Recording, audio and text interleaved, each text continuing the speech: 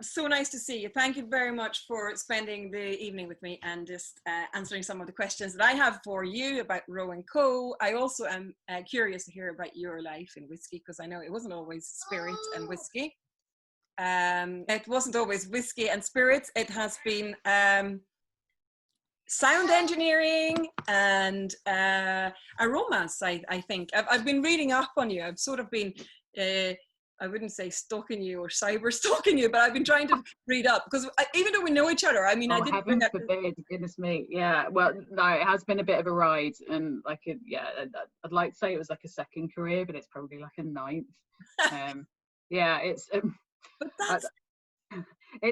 There's a sort of tangential link, I guess, and the senses is the biggest part of it. I started out at art school thinking that was a cool place to go if you didn't really know what to do with your life, but you had lots of ideas and you wanted to make stuff. But thought I'd end up painting and got really bored with two dimensions very quickly. Oh no! And it was kind of good. It sort of drew me more into what an object really was, and I guess that's what got me interested in aroma, because an extension of an object that didn't have a physical presence was something that you could smell and something that you could like touch without touching physically. So that got me really interested in aroma chemicals. Sounds a bit fluffy, but that's what happened. It makes perfect sense. I had a brief moment where I thought I'd end up studying to be a perfumer or training to be a perfumer, working with aroma. Ended up working with music, which is another sort of physical sense that you can feel but not touch. And I worked in sound engineering for a decade, really, which is great. I love records. I'm still a massive DJ. I'm a horrible house mover because I have to bring all my vinyls with me. But it's the same kind of science, really, and I think that's what drew me into whiskey ultimately, is that whiskey is a combination of all of these things. It's art, it's creativity, isn't it? You're using all your skills. It's definitely art, and it's also this big sensory explosion, but with lots of ingredients, and you know, the aroma is part of it, but you know, the biggest part of it is people and where you are, what you're feeling, who you're with, the conversation. There's a load of sensory information that gets mixed up and like remixed in your head that creates this brilliant experience, which is what it is. So it becomes something more than a drink, which of course it is. Like everyone I know in the whiskey community appreciates that, and it becomes something enjoyable, fun, and it's about fun and flavour really, first and foremost, and people are the extra ingredient. So the senses is what I'm interested in, but I sort of took a very circuitous route to get to what is the science of this, and the science is very similar to perfumery ultimately, and that's why I got interested. I think. So did you ever study perfumery, or where did you learn perfumery? Where were you? No, I didn't. I was, like I said, I was on a painting department in an art school, and I literally got bored of a brush. It didn't take very long. It was about like two months before I got thoroughly bored of painting. And gradually my painting sort of started to explode from the two dimensions, and sort of had bits stuck to them. And then eventually I just thought, well, why bother even with the canvas, and just to see what else we can do. So I just bought a load and started teaching myself how to mess around with them. And actually a lot of the early experiments were with yeast, funnily enough. I was interested in the aroma that yeast could generate, and what you could do with that and how you could manipulate it to create aroma. So and then I went off and made records. Where did you do this? Whereabouts? Was this in England or? This was Winchester School of Art. So in Hampshire in England. Yeah. Oh wow! So 3 years, a long time ago, nearly 20 years ago now. That's how old I am. I don't even know how old that makes you, but I'm sure you're not that old at all. But that's fascinating, that fact that you have been involved in like the senses of music, which is sound, the aromas, and obviously like whiskey is aroma, but it's also taste, and it's the chemistry. You've done really. I think I'm definitely a sensory explorer. That's how I describe myself first and foremost, and that's what sort of drew me into whiskey, which is a combination of all of those things, because it is very much about every single part of those. And especially well, look, I wanted to. I mean, the way before I sort of capsized my whole interview there. I wanted to ask you, I did actually want to start a talk about Roe Co, because I know that's where you are right now, but we'll work our way back to a little bit where you're from, and you've already touched on you being a DJ, and I follow you on Facebook and Instagram, and I absolutely love your pictures from when you travel. You've been over and did the coffee trip that you recently did, so I have questions about your life as an adventurer or an explorer as well. But first, let's just talk about Roe Co, because Ireland at the moment has got a phenomenal amount of distilleries popping up everywhere, and you're one of them. Are you the newest distillery in Dublin, would you say? On paper, we are, yes. We are. So almost exactly a year ago this week, which is when our first mash took place. So we've been in production for a year. So that makes us the youngest. I have no idea who else has put in planning permission, because there's things happening all the time in Irish whiskey at the moment. But look, it's such an exciting category to be part of. Like there are so many new things happening, and to be part of actually writing that history at the moment, which all of us are, that are creating new things in a very established category. I mean, it's not a new category. We're not talking about something that has been invented. And Irish whiskey has been it's pivotal to the history of distilled spirits. This has been a category that is potentially one of the oldest in the world, but to have this expansion and extension of what is a really exciting category anyway, in terms of what we can do with it, it's I couldn't imagine being anywhere else. What do you think kickstart that? Do you think it was the fact that distilleries were bought up by bigger groups, and at one point in Ireland there wasn't an Irish family owning a distillery, they were all bought up by bigger companies? Or do you think, what was it that made this boom? Well, look, I mean, Irish whiskey did have a downturn, and we're always very open about that. Part of the reason Roe Co is designed how it is, and why we're doing what we do, is that we're taking the lessons of the past and rethinking them for what the future of Irish whiskey might be. But actually, the fact of the matter is, it was a very small industry until really the last 20 years, and really, a category that is fascinatingly interesting in terms of the diversity of spirit that we can turn over. It's something that I think was going to grow, but just needed the right moment. And I think the right moment has been really the last 10 years, and drinkers getting excited about flavour again, and we can offer tons of that in this category, which makes it very very fun to be part of, especially as a distiller.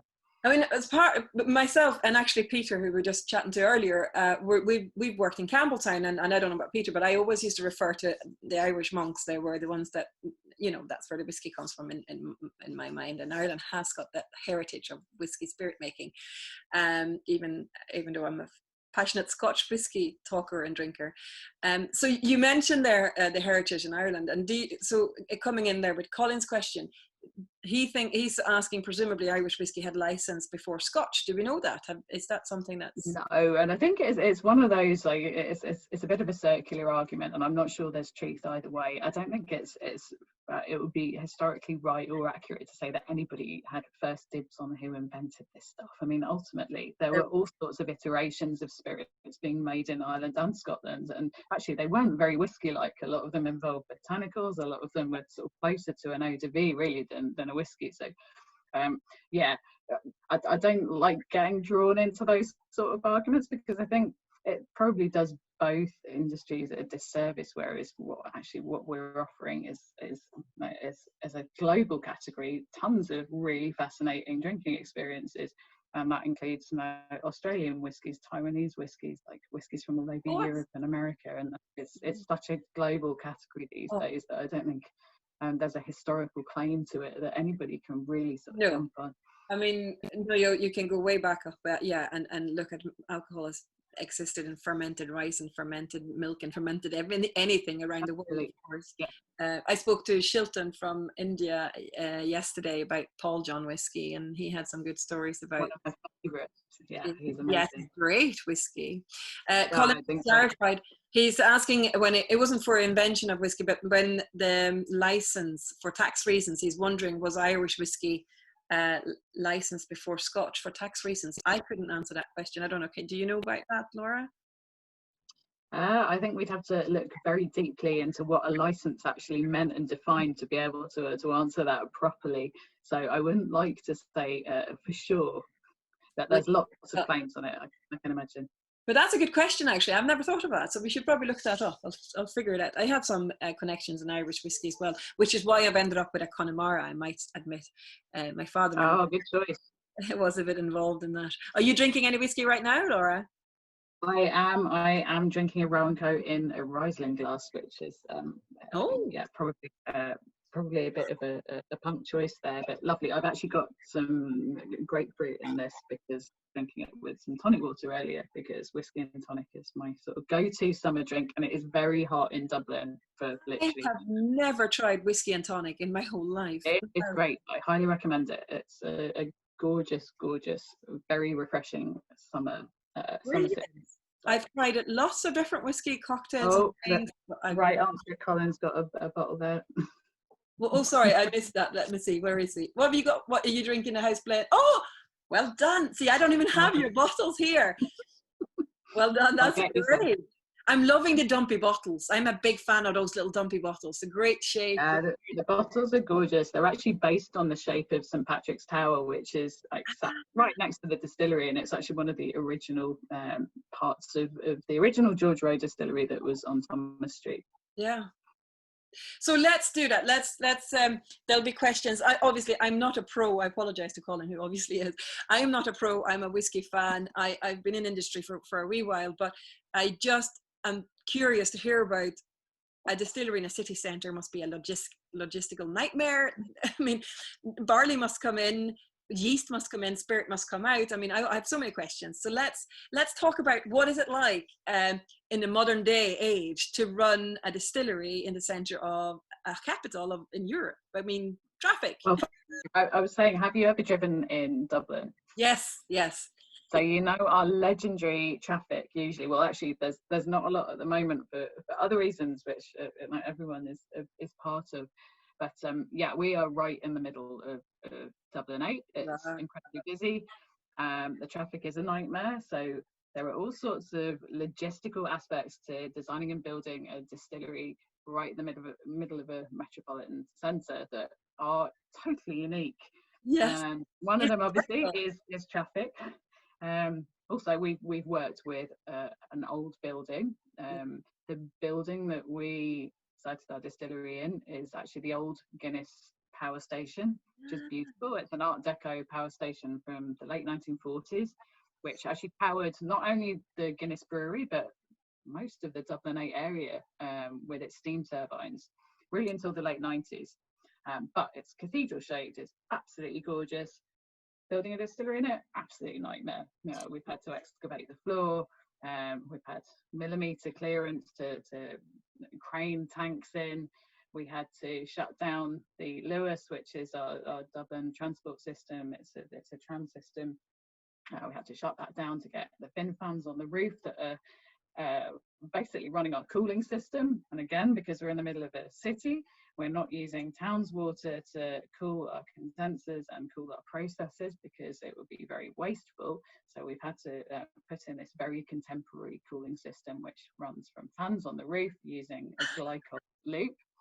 So all of these things end up being part of your consideration, but it's fantastic because it means that we've been able to really consider sustainability right from the start. It's a challenge that makes you have to think outside, I suppose. Yeah, absolutely. And it's totally right. That's exactly what the whiskey industry should be doing.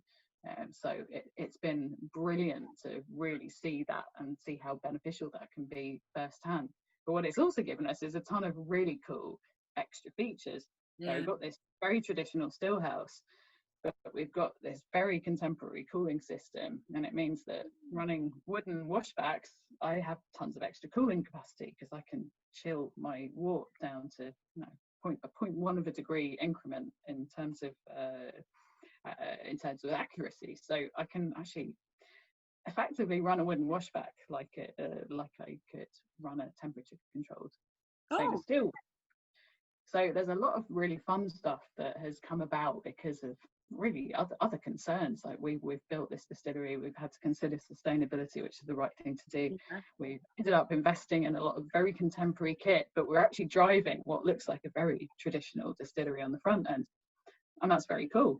It gives me a lot of ability to play different tunes with the spirit that we turn down, and that's ultimately what we want to do. We want to be laying down a library of flavour blocks that can then go on to mature to be the elements of the Irish whiskey of the future. Yeah. And that's where the DJing and the remixing comes in, because then when I hand them over to Caroline Martin, she can put these together in different iterations and work her magic, and that's what's super cool about what we've built. So you've not got 1 year old spirit yet, do you? It's just about coming up to 1 year. Yeah, very, very close. Very close. So that would have been a nightmare, setting it up and staying friends with the local Dubliners as well, because you would be upsetting people by closing down the Louis or whatever measures you had to take. In fairness, it's a very friendly part of Dublin. So Dublin 8, the locals are brilliant, and I live in Dublin 8, about 2 minutes away from the distillery, so I can effectively say that I know all my neighbours. They all know what we're up to. Oh, great. Well, so that's good. So you are making friends. That's fantastic. So do you, just from so actually you said your traditional distillery in some elements. Are you doing the triple distillation, like traditional Irish triple distillation? It's a good question. Well, we do. We've put in the 3 stills because obviously we wanted to be able to triple distill in a traditional pot still array. They're very cool stills. They're very unusual. I haven't quite seen anything like our intermediate still in the whiskey industry. And if you haven't seen a picture of it, Google it or get in touch with me on social media and I can show you a picture. It has a sort of double bubble. It looks very much like an old schnapps or a gin still, not giving too much away. The top of it is actually an old Tanqueray still head from the 1860s. Oh. So we found this very cool piece of kit in the backyard at Abercrombie, who are our coppersmiths. They have worked with us from literally day one of the project. Amazing. The level of skill at Abbo's is amazing. And they had this sitting as a plant pot, believe it or not. It was sitting in the backyard and not doing anything.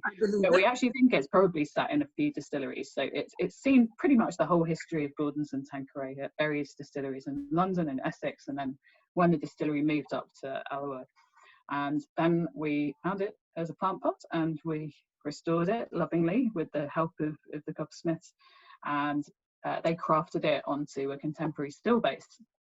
So we have a very unusual intermediate still, and we have a very traditional wash still, a spirit still that is completely different. Again, it's got a totally different shape. It's got a very long swan neck, but a tiny pot, only 4,000 litres.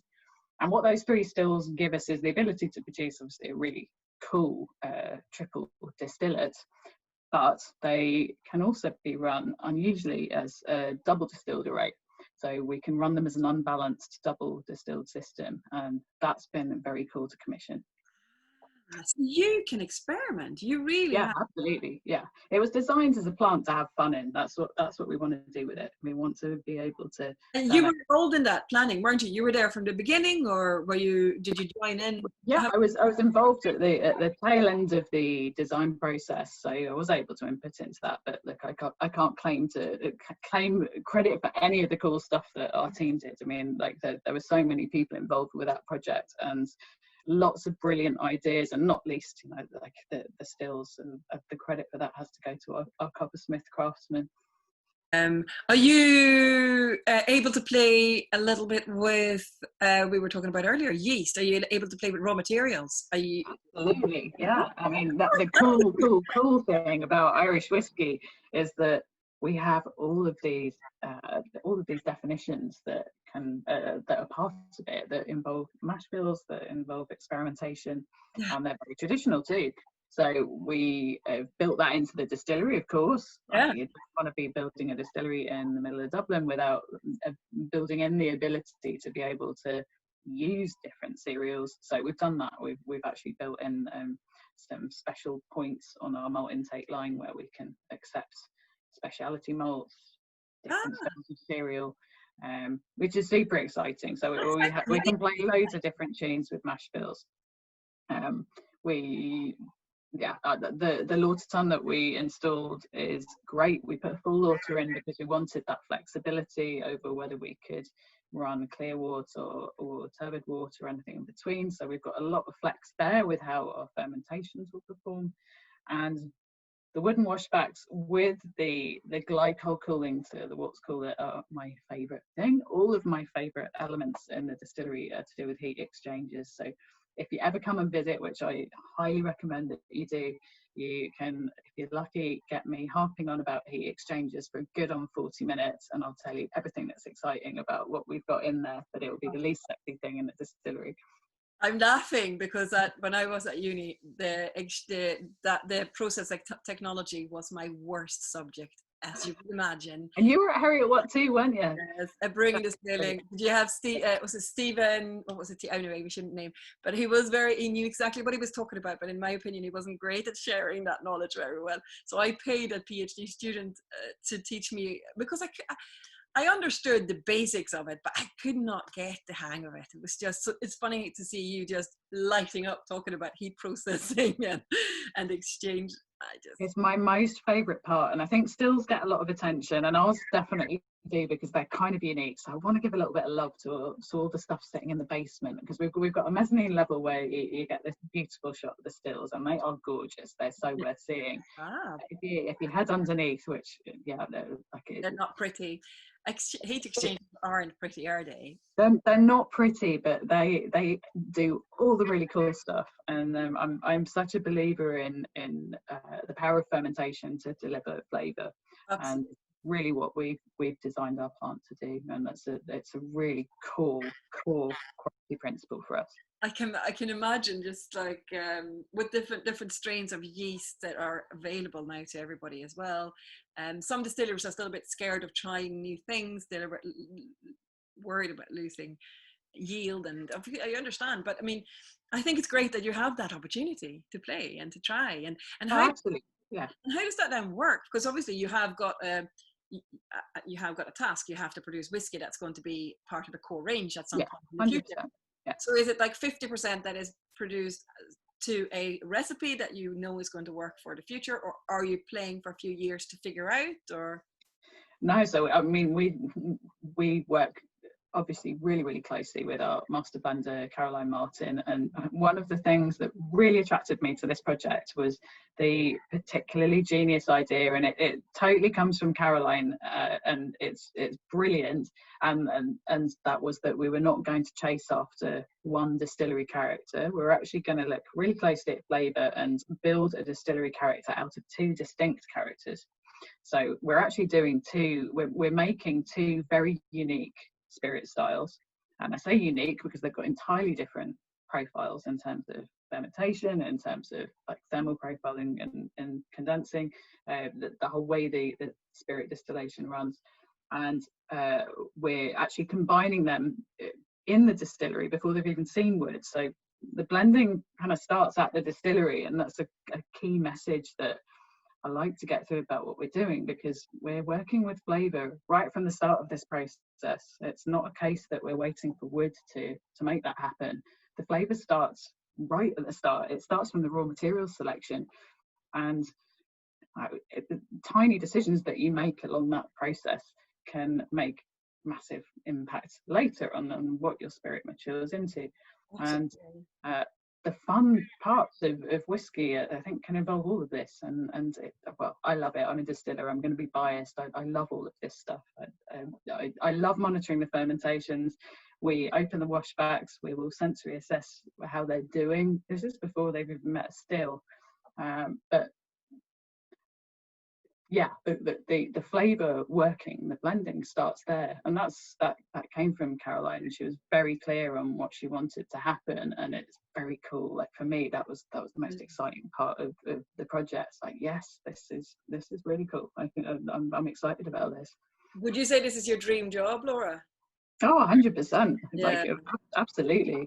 I mean, it's difficult to walk through St James's Gate and not get excited by it. The first time I came to Dublin and visited, like St James's Gate, fell in love with it. And yeah, to see this grow up is, it's special. Of course it is.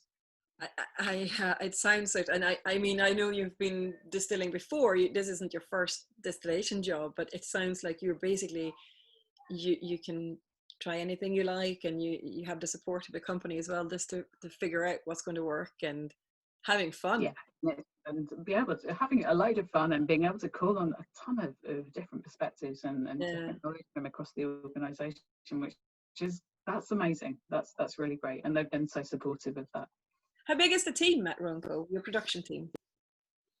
Very, very small. So at the moment it's myself and Fiona, who has been with me really since just before we started commissioning, and had worked at another distillery in Ireland before that I knew, and she's absolutely brilliant. She hadn't worked in production before and has just been a superstar, and learned the ropes and learned the all the quirks of the distillery, because it is like learning how to play a musical instrument and commissioning a new distillery. You can put something in and know what you expect it to do, but it never behaves like that in real life, and she is the eyes and ears of the plant. So she's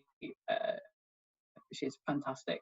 But we have a very small team, deliberately so. We wanted to be able to we wanted to be agile. We wanted to be able to react and to do things quickly, and I've been very hands-on, and that's also what I wanted to do, which is great. But we are growing the team, and will be growing the team over the next few years. So are you working, is it Monday to Friday, 9 to 5? Have you set it up like that, or are you on a... Yeah, our production hours are Monday to Friday at the moment.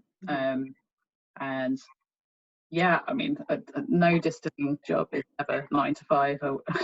I'd love it to be, but you can never predict what's going to happen on a day-to-day basis. So I'd say Monday to Friday, but I'd never commit on the hours. It can be whatever happens.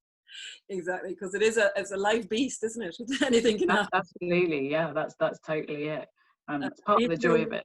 Of a new distillery, there is still stuff that can go wrong, of course. There's always little challenges that you weren't expecting, and they're kind of all fun as well. Like I love that element of learning something new and learning the behavioural aspects of it, and that's the super exciting part about commissioning a new plant. There's no story that's told already, but you have to learn it and you have to find out it. It's brilliant. Yeah, you need to get to know it better. Did you get affected badly by the lockdown? Because I know Ireland was quite early on the lockdown. Did you have to shut down production, or? So we're still in production. Yeah, we've obviously had to redesign a lot of the way that we work according to social distancing, but no, we're still in production. So, which is good. Yeah. We're very lucky. Did you do hand sanitizers by any chance? No. We didn't. Like organisationally, obviously, Diageo have supported the production of hand sanitizers, but we haven't been making them at the distillery. No, but you were still producing whiskey during it, so that's good to know, because obviously a new distillery, you're going to need all your new make that you can lay down for maturation. Where is the maturation taking part? So being right in the middle of a big city, we don't have the option in Dublin of being able to mature our whiskey on site. And that's actually principally because if you look at the history of Irish whiskey, particularly in Dublin 8, there have been various historical whiskey disasters and rivers of fiery whiskey pouring down the street. And this is going back like sort of not recent history. We're talking about 100 years ago, but because of those particular accidents, we're not actually allowed to mature whiskey in the city, and that goes for all distilleries in Dublin. So you have to use warehouses outside of Dublin. So that's what we do, and warehousing is a premium in Ireland, so we use a range of sites, which we are lucky to have, to be honest. They're all brilliant. But it means a wee bit of a journey to go and see the casks. Because is that part of your job as well, just to check on, like, would you go once a month just to make sure that it's all going fine, or how often do you have to check on the maturation side of things? Of course, I mean, it's a constant job to check on the maturing spirit, especially as a new distillery. So I do that. There's a wider team that also look at it as well. Yeah, And, does somebody else, would you do that, or does somebody else do it, or? Yeah, so we're all part of that in the Roe Co team, but Caroline is obviously our master blender, so we always work very closely with her to ensure that we're delivering the profile that she's looking for, but the profile that's going to suit the whiskey too. And so All exciting. I mean, I'm not a feminist. I don't care. I mean, I'm a human being. We're all human beings. But I just love hearing 3 female names being mentioned in such an important, like in the production of your whiskey. I think that's great. So it's yourself, Fiona, and Caroline. Well, actually, there's a ton of people involved in Roe Co, and it wouldn't be right to not mention the likes of Alan, our brand ambassador, Hayley, our global marketing manager. We've got Kelly that runs our inventory. There's so many people. Jen is our marketing director. There are tons of people involved in it. So it's definitely not just a tiny team. There's a huge team behind it. That's not including all the other people that we can call them to support us. But yeah, I mean, I guess at first glance, there's a lot of women involved. It certainly wasn't intentional. We just we happened to have a lot of fantastic women that were part of the formation of the project, and the team kind of fell together. And certainly, when it gets talked about, it's easy to focus on the female aspect, but it's I'm a distiller. I don't like being called a female distiller, because I'm a distiller first and foremost. And that's kind of what I mean. We're all human beings. It doesn't really matter. It doesn't matter. It still just made me smile that it was that there were no men names, no names. But I don't know why that's maybe because it's built into. There's lots of men involved with Roe, and if Alan was sat here, and if I could have him next to me drinking whiskey, and he'd be amazing company, because he's just fab. But he's an ambassador. He's a global brand ambassador, is he, or Alan? Is he? Yeah, he's still our European brand ambassador, and very, very much involved with everything that we do, and also an absolute living legend. If you ever get a chance to go out for a dram with Alan, then I would take that chance with open arms. He's an absolute brilliant. I can't wait. I'm sure our paths will cross somewhere in Europe. So your products that you're selling right now, that what Colin was drinking. Sorry, I just started reading the questions. I should have. Small team. How small is your team? Oh, sorry, Colin's, we've already spoken about that. Yes, interesting to hear your stories from Luke. That's great. Thanks, Luke. Yeah, it is so interesting, and I love the passion that comes through, Laura, when you're talking as well about the distillery and the maturation and how you're making the whiskey. It's great. What's in the bottles right now? Is that something? Is it obviously, because you don't have whiskey yet. So what is it that's being sold? Is that something that you're aspiring to? The flavors in there? Are these the flavors? Yeah, it's an interesting question. So I mean, yeah, we like the whole concept of blended whiskey, and like many distilleries in Ireland and Scotland and worldwide, we're a blend. So we were very lucky to be able to assemble an amazing inventory of great whiskey over a long period of time. Really, we were able to do that and had that advantage. So the current blend that's on the market is a blend of several Irish distilleries, of course. Mm-hmm. And in terms of aspiring to what we're aspiring to create in a distillery, I think it's an interesting one. I don't think we're aspiring to create any unique part of that, or we're not aspiring to create a distillery character. We're aspiring to create something that suits the whiskey, that suits the flavour profile of the whiskey. So it's sort of creating a spirit character around the core principles of a blend, rather than trying to look to an individual component of such. Which is why we've got such an interesting production ethos at the distillery, I guess, and that's why we're going for these very unique distillery characters, and the two together. And again, looking at blending from a really unique aspect, which it is. I mean, most distilleries will look at one character, and that's what they'll go for. But to be looking at two is fascinating. As a distiller, it's totally fascinating. That's I don't think I've heard of anybody else doing two types of spirits, and completely opposite spirit types. That's very interesting, and I can't wait to see the results. I looked on the website, and your bar overlooks the distillery, which I like. I mean, no, It's absolutely lovely. well, not going to look at the sky. We're not going to look at the river or old Dublin. Let's just look at Lora working. This is what we want to see. Sweating. It does feel like being watched. It does, though. And the control room actually has a sort of massive glass window that you can sort of stand over and watch in on us eating our lunch. I mean, it's like you can see everything, which is what we wanted. I mean, the whole purpose of building this place was so that we could invite you into our home and show you everything that we did. So, I mean, it's a core principle of the plant. Everything on the production floor is a manual operation, and that includes big rods, how we take measurements, how we measure the vacuity in washbacks and tanks. It's all done by hand. It's all a manual operation. Now, we've automated a lot of the stuff that we don't want to be running up and down the stairs to do. So, still discharge and the pot ale movement, that's all automated.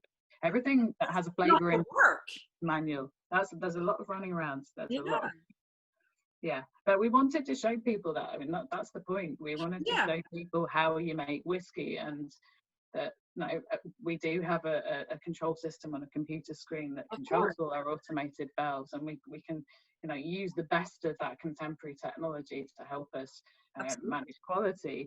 But actually, it's really about your senses and being on the production floor. And that's what's exciting about that plant, to train people as well, to bring new distillers in, because it's very much about that. Like, you can't be about the holistic view of what a distillery actually does and is. Yeah, okay. I mean, I spent some time at Arran Distillery before the lockdown, and they've got quite a lovely, nice new computer system. And I hope you can't hear my 4-year-old going completely crazy now. But and they just loved seeing it all on computer screens, because in Springbank they're not very they're modern, but they don't use technology as much as some of the more modern distilleries. And so that was all new to me, and it was really nice to see that there is that new generation of distilling. Distillation is always the same. That's not going to change. It's 100 years old, hundreds of years old. But it's just to see that the technology is there for the new generation to learn as well. However, when that breaks down, it's nice to know that they know what actually goes on as well, because the screen could sometimes jam, or things can happen with systems, and it's important to know what actually goes on in the background as well, isn't it? Yeah, I think both approaches are fantastic, and when you can combine them, like, brilliant. I think there's not a right or wrong way of making whiskey, as long as it tastes delicious. That's the most important thing. Flavor is important. So how long, let's see, this is a question from Colin. How long do you think it will be before you start using Roe Co spirits in your blend? It's a good question. Goodness me, Colin, that's $1 million question. So he's there today, he's just going. So, well, look, when it's ready, when it tastes delicious and it's ready to use. Well, I think so. You're not under any pressure from anybody up above going like meet targets. This is it. It has to be. No, because it's got to taste right, and perfect. That's 100% of what we built this to do. It's got to be delicious, and then we'll use it. So I don't think there's any sort of overarching pressure on us to be turning around delivering things to dates and times. No, and of course not, because the most important thing about what we make is it good? It's got to be.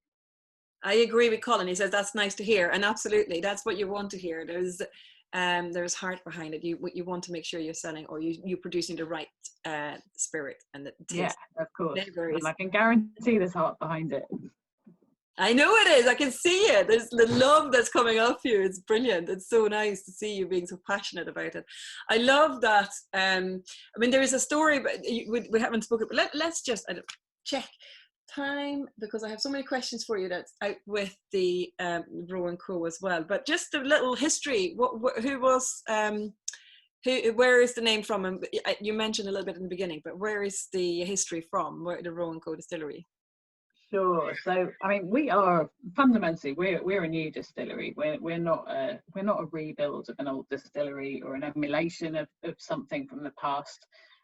However, on Thomas Street, where our distillery is, there was a very important Irish whiskey distillery, and it was the George Roe Distillery originally. It was a small distillery that grew and grew and grew out of success, and because of George Roe's attention to detail and attention to quality more than anything. So by the 1870s, 1890s, it was the largest distillery in the empire at the time, so probably the largest distillery in the world. And this was talking about millions of litres LPA per annum. So substantial if you're talking about that sort of time in history.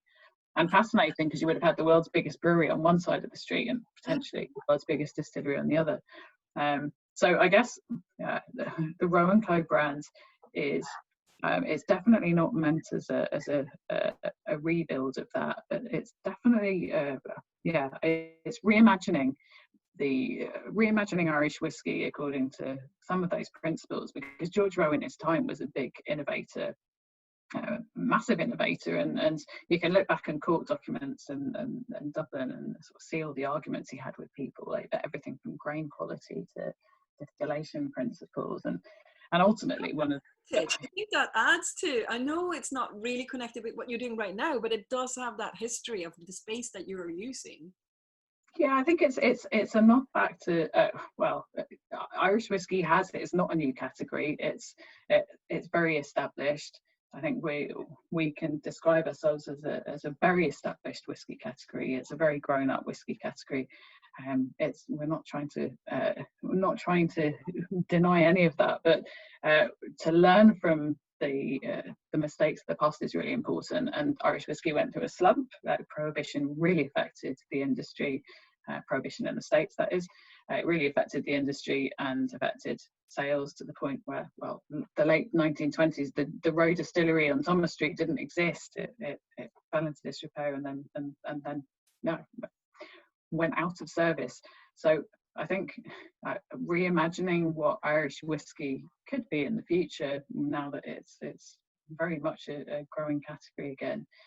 We can look at the mistakes of the past and look at the things that didn't work and absolutely take that spirit and rebuild it. Yeah, Irish whiskey is just like it's booming.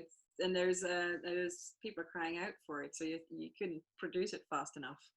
If they could have the 10-year-old in 1 year, they would, if you know what I mean. It's just one of these. It's it's a great category to be in.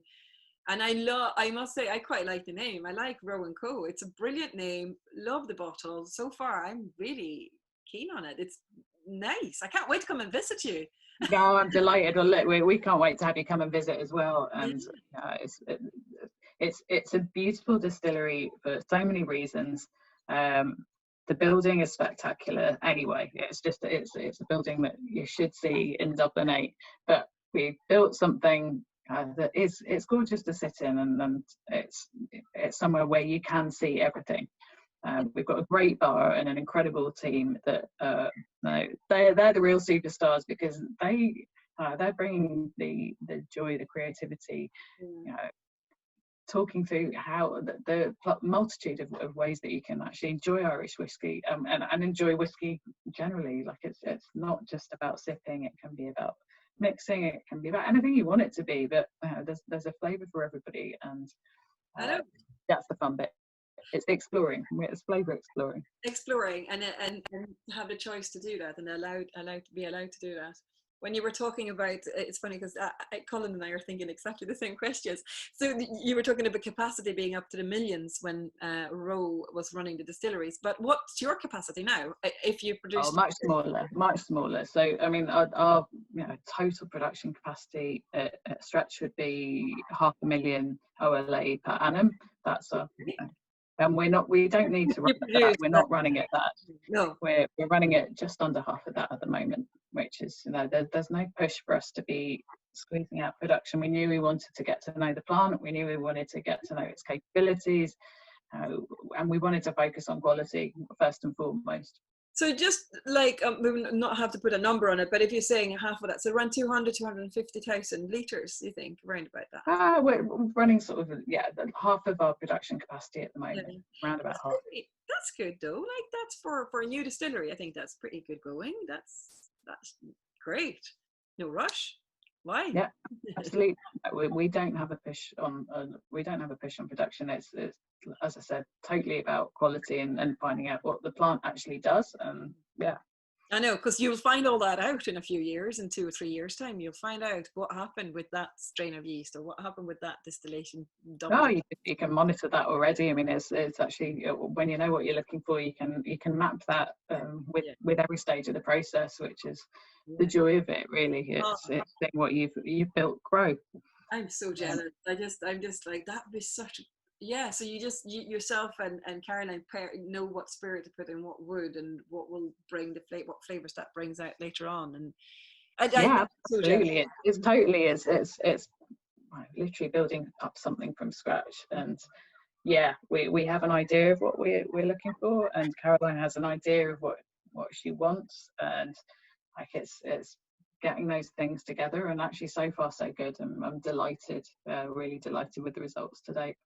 I can't wait to try it. I am, and I can't wait to visit you. So thank you so much for talking about Roe Co. That was great because I was so curious about all that. But I want to hear a bit about you as well and your other passions in life. And a good question from Colin again is, what other whiskies would you drink? Irish whiskies, other than Roe Co. What would you choose? Oh my goodness, all of them. I mean, if you've looked at what's on offer in Irish whiskey at the moment, it's fantastic. It's so exciting. We've got such a huge range of flavour experiences that, as someone that would describe themselves as a whiskey enthusiast first and foremost, definitely me. Yeah.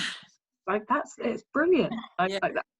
The sheer, just what's happening here at the moment, I couldn't pick a favourite. I mean, we've got people doing brilliantly cool stuff, like Kelowna are doing really cool stuff with bonding.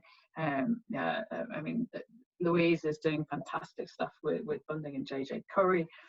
We've got all this cool stuff. I mean, like Redbreast, obviously, like one of the biggest whiskies in the world, but also one of my absolute all-time favourite drams. Like, amazing. That's an old one, but a good one, isn't it? That's like a safety. It's delicious. It's absolutely delicious. I mean, I love Irish whiskey. Irish whiskey is probably one of the Bushmills was probably one of the whiskies that got me into whiskey. Oh, right. And still making incredible liquid, obviously, like just beautiful. I mean, well, I worked with Frank McCartney for quite a few years, and he had some good stories about Bushmills when he was back there. So Frank is an absolute hero, and I've also had the pleasure of working with him. He's amazing. Yeah. Look, like, I mean, like, how can you choose with so many cool things going on? I'm so excited about all the new stuff too. I think, like it's only going to be exciting for consumers in the next 10-15 years, not even like 5, like if you totally. So I can't choose an Irish whiskey because I like them all. I believe, because I work now, since having my kids, I'm not so much more involved in selling whiskey. I'm more in whiskey tourism, and I have a lot of inbound tourists coming over, and I take them around Scotland showing them distilleries. And I think Ireland is going to have that type of tourism as well. It's obviously about the spirit of whiskey as well, but it's just visiting the place and seeing the distillery. Totally. And that's why we always try and encourage people to come in and see us and sit in the bar and just and let our bar team like talk you through some serves and find out find a way that you like to drink whiskey. That's the most important thing about visiting any of the distilleries. It's finding out what you like, what you like to drink.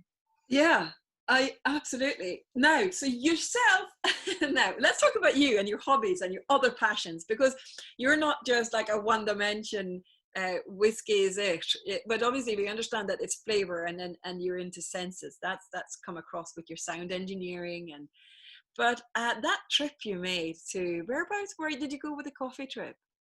Ethiopia. Oh, that was my Christmas trip. Yeah. Oh gosh, yeah, you're watching that way. Yeah. That was, how many weeks were you away? 2 weeks or something? I was away for 3 weeks. Basically, because we've been commissioning the distillery, I hadn't taken any of my holidays, so I had all this holiday at the end of the year.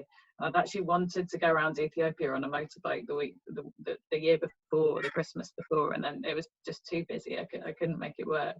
So this year I just went, and it was amazing. It's such an incredible country. Like I would recommend it to anyone, but just brilliant. And it's just you're exploring the different types of coffee beans and the way they were grinding the coffee. You probably drank coffee like these little street stalls, and I just loved every bit of your trip. I wasn't even on it, but I was stuck in Edinburgh with my kids. But I just loved watching your photos and the way you described it and how things work.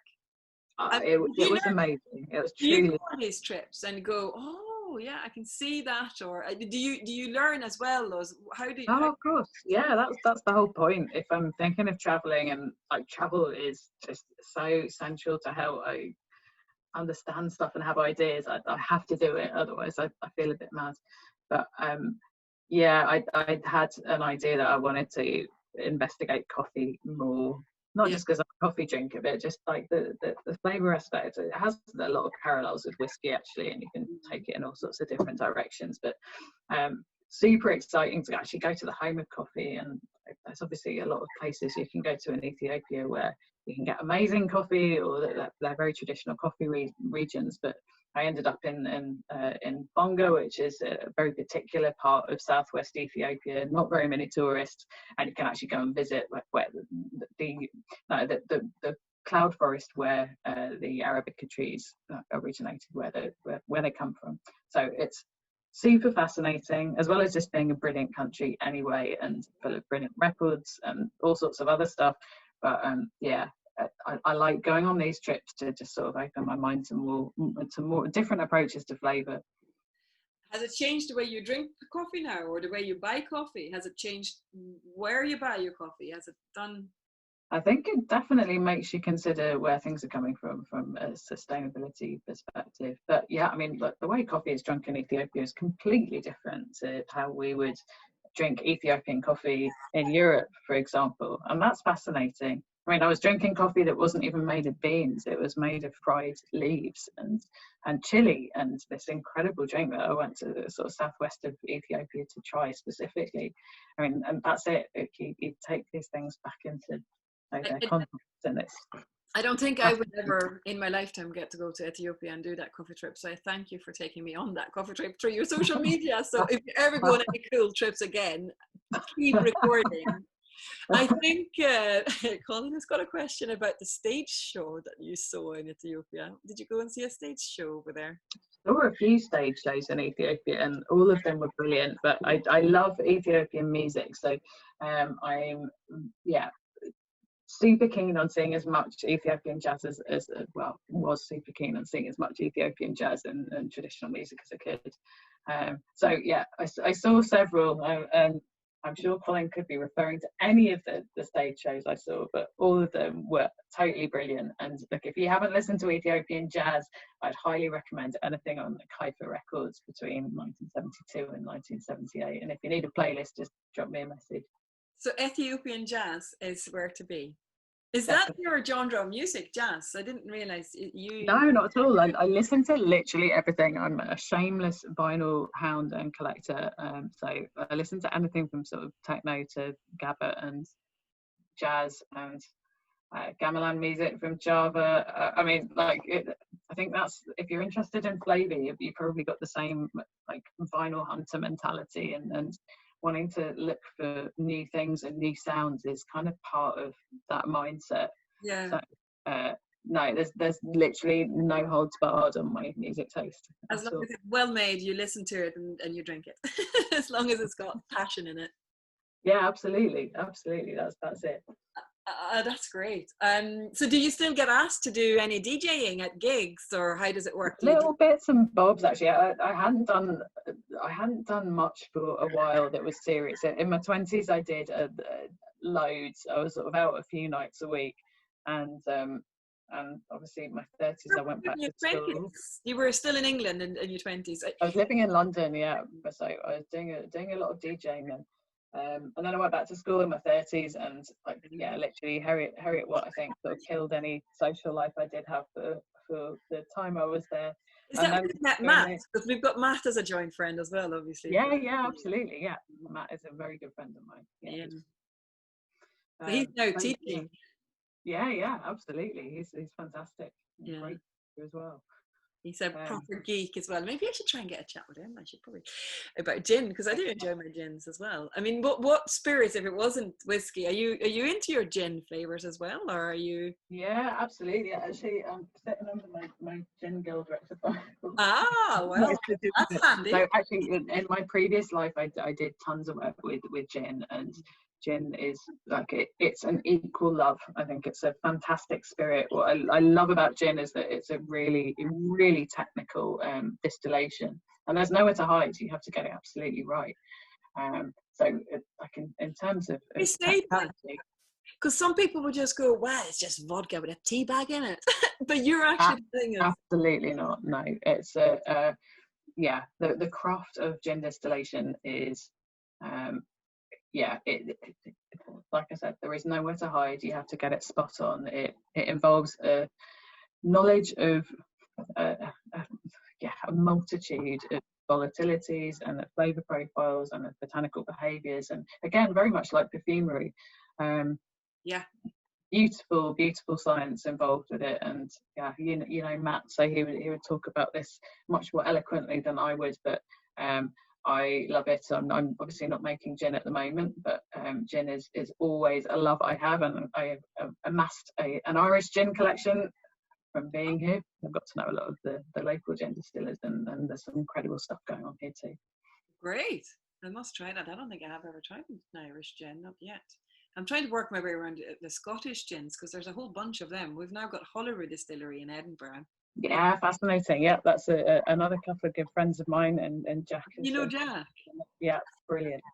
Super exciting. Yeah. Scottish gin's in a great position, and Edinburgh has so many great gin distillers already working and releasing incredible products. Oh no, I'm loving it all. It's been a very exciting few years in the gin front here in Edinburgh. I did a lot of gin tastings when I was back in Sweden last summer, and it was all Scottish gins, and they were very well received by all the Swedish people. Yeah, it's fantastic times for the industry. So exciting. So, just a little bit about you, Lora. Are you half Scottish? Is that right? You grew up in England, but you're half Scottish, or? Yeah. So I went to school and spent my early years just north of London, actually. But my mum's from Montrose, and my whole family lives in Scotland now. So they're all based on the Black Isle. So I've had a sort of a coexistence, I guess, between two areas. Yeah. But yeah, home for me is Black Isle, if you know it, just west of Cromarty. And I don't get back as much as I would like, especially at the moment, but it's still very much home. And my first ever whiskey job was Dublin Distillery. So Scotch whiskey has always got a very special place in my heart, but particularly the Highlands. I didn't realise that you worked at Dalmore. Yeah, that was my first ever job, and I loved it. It's a beautiful distillery with so much history. It's incredible. We spent a week up in Alness a few years ago, and it's a beautiful part of Scotland. It's fantastic. Oh, it totally is. Yeah, the view along the Firth is still one of my most favourite views anywhere, I think. And what's really cool actually is that when we were building the distillery in Dublin, we got a spirit safe that had been repurposed from a Scottish distillery. And if you stand in my mum's front garden, you can see Tiernan Distillery from the other side of the Firth. Yeah. And the spirit safe in Roe Co is from Tiernan. Oh, so I feel like I'm having a wee look back home when I'm working. That is brilliant. It matters. It so matters. That just adds to it as well. Oh, that's so lovely. Oh, I didn't realize you'd worked in Dalmore. Where and I know that when I first met you, I think you just started with Atom as the head of spirits there, and that was when you were involved with the gin and choosing whiskies as well, I think. I was involved with the gin and RTDs and all the sort of all the brilliant and crazy stuff that Atom do so well, and particularly boutique gin.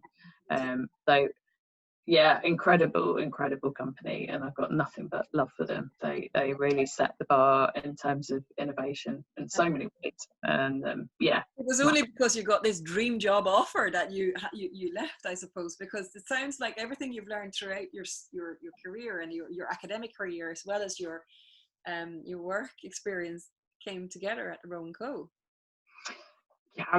Yeah, I got an offer to do this, and it's very difficult. Like I said, you walk through St James's Gate for the first time, it's hard not to fall in love with it. So yeah, with a heavy heart, I left the other job that I loved, but yeah, I mean, this one has been an opportunity of a lifetime, really, in so many ways, and to be able to be part of something new and grow it up from the ground up is like yeah, it's been incredible. I'm very lucky. And is this the first time you're living in Ireland, or have you had Irish? Have you stayed there before? No, it was the first time I'd lived in Ireland. The first time I'd ever visited Dublin properly was for for my first meeting for this job. Yeah, I'd worked a little bit with Irish whiskey before in another role. Yeah.